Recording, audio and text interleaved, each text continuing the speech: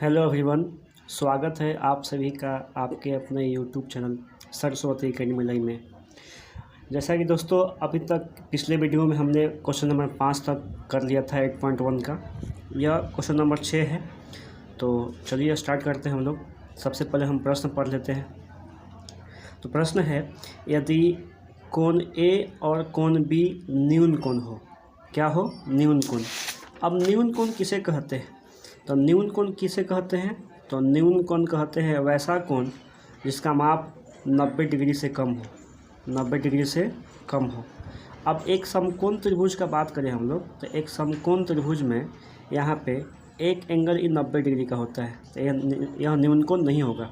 और बाकी का जो दो एंगल है यहाँ पे, ये दोनों न्यून कोण होते हैं। तो एक समकोण त्रिभुज में कितने न्यून कोण होते हैं? तो 2 न्यून कोण होते हैं। तो वही इसमें कहा है कि ए और बी क्या है? न्यून कोण है।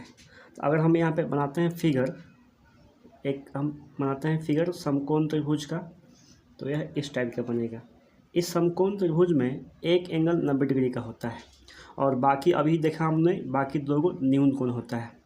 तो जिसमें से ए और बी क्या है? न्यून कोण है। तो ए और बी तो यहाँ पे तो आएगा नहीं, ए और बी यहाँ पे आएगा। तो यहाँ ए रख देते हैं और यहाँ बी, और बाकी जो बचा हमारा सी यहाँ पे हो जाएगा। अब सबसे पहले आगे देखते हैं इसको कि जहाँ और क्या दिया है, कॉस ए बराबर कॉस बी दिया हुआ है। तो हम यहाँ लिख देते हैं, दिया है कॉस ए बराबर कॉस बी। इसको हम इक्वेशन फर्स्ट मान लेते हैं। अब हमको क्या दिखाना है? तो कह रहा है कि दिखाइए कि एंगल ए और एंगल बी आपस में क्या है? बराबर है। यानी हमको सिद्ध करना है। दिखाना मतलब क्या? सिद्ध करना है। तो यहाँ लिखते हैं हम, सिद्ध करना है। सिद्ध करना है। क्या सिद्ध करना है? एंगल ए बराबर एंगल बी, ये हमारा सिद्ध करना है। क्या करना है? सिद्ध करना है। आइए आगे चलते हैं। अब इस त्रिभुज में देखेंगे हम लोग, तो सबसे पहले हम कॉस निकालेंगे। कॉस ए निकालेंगे। तो कॉस का फार्मूला क्या होता है? कॉस का फार्मूला होता है, यहाँ से हम लिखना चाहें तो कॉस का फार्मूला होता है b/h। बी मतलब आधार।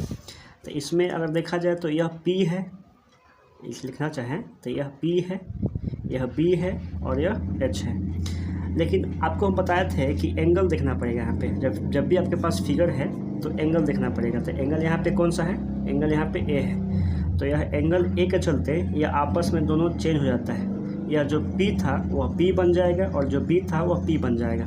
तो कॉस का फार्मूला ऐसे b/h होता है। तो B तो पहले E था, लेकिन इस वाले के चलते B ए वाला हो गया, यानी AC हो गया, और बटा में H होता है। तो H तो बदलेगा नहीं। H कौन है? AB है।